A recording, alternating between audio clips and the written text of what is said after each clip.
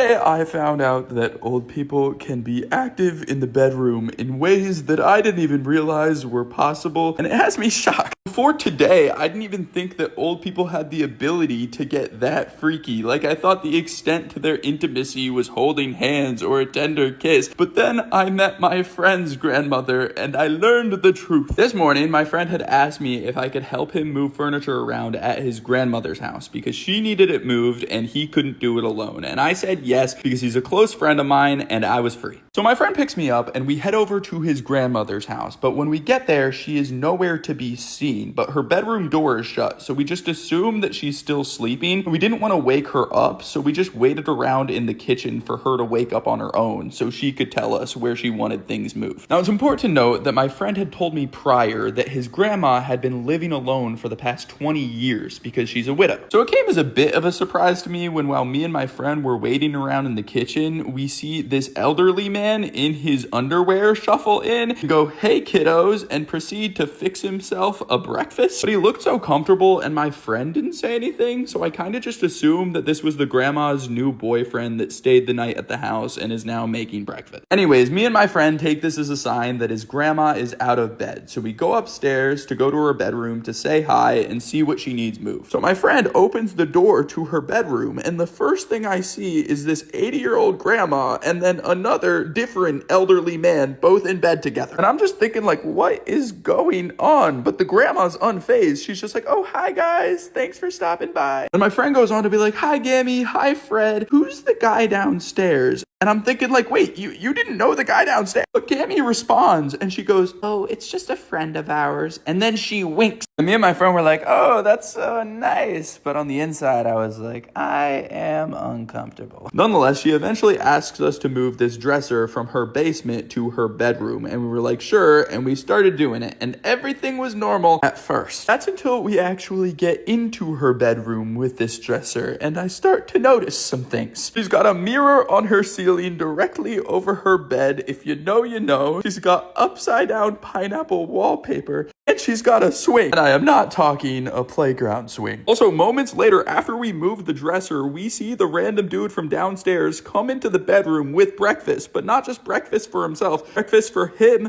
the grandma, and then the other elderly dude in bed. And putting two and two together, I was certain that was aftercare. But we left after that, and on the way home, unprompted, my friend was just like, "Yeah, my grandma's just really social." But like, am I alone? Like, did you guys know that old people like this existed?